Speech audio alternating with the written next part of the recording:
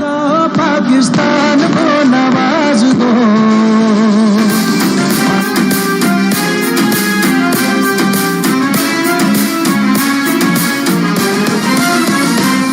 مہنگائی کو کم کرنا ہے مزدور کے گھر کو بھرنا ہے 1 کروڑ نوکریاں دوں گا. بولو یار کسی کو نوکری ملی؟ اگر ملی تو ہاتھ کھڑا کرو. اگر ملی تو ہاتھ کھڑا کرو. وہ کٹے بچے وہ کہاں گئے؟ وہ مرغیاں وہ انڈے کہاں چلے گئے؟ بولو. بلین ٹری کا کتنا بڑا جھوٹ بولا اور اس پہ بلینز آف جو روپے اس میں خرچ کر دیے گئے اور کہا کہ جناب ہم یہاں پہ 50 لاکھ گھر دیں گے لوگوں کو. کسی کو گھر ملا؟ بولو ذرا بتاؤ. کسی کو ملا تو ہاتھ کھڑا کرو. اور کہتے ہیں کہ یوتھ ہمارے ساتھ ہے، پاکستان کی یوتھ. اور یوتھ تو میرے ساتھ یہ کھڑی ہے. یہ دیکھو یوتھ میرے ساتھ، یہ یوتھ نہیں ہے. آپ میں ہوں گے جو یوتھ میں آتے ہیں. ہاتھ کھڑا کرو. اوپر کھڑی ہے سر. یوتھ اور ہاتھ کھڑا کرے. اوپر والے بھی کرو بھائی. وہ مسجد میں جو کھڑے ہیں وہ بھی ہاتھ کھڑا کر رہے ہیں. انہوں نے بھی ٹوپیاں پہنی ہوئی ہیں. یوتھ ہے وہ ماشاءاللہ.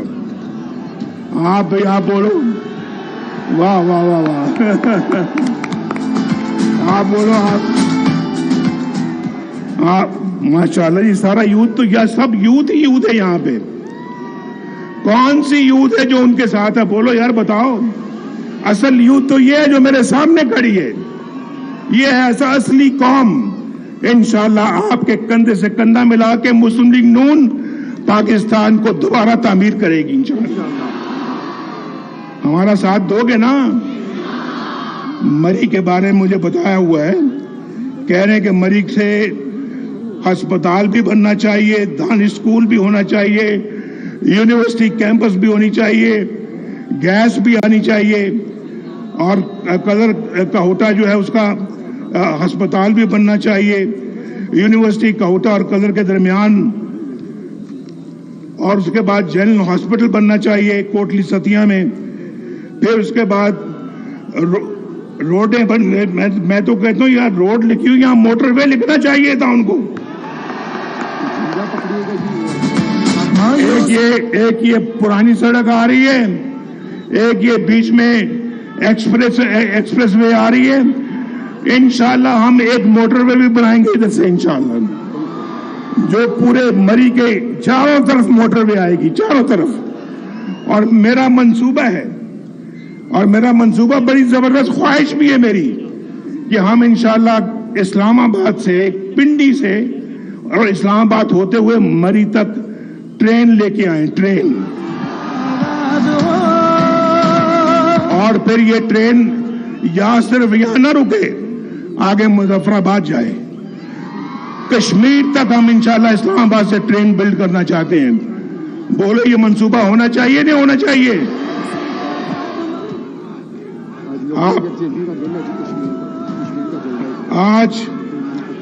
آج یوم کشمیر ہے. ہم اپنے مظلوم کشمیری بھائیوں کے ساتھ کھڑے ہیں، کھڑے رہے ہیں ہمیشہ، آج بھی کھڑے اور ہمیشہ کھڑے رہیں گے انشاءاللہ. اور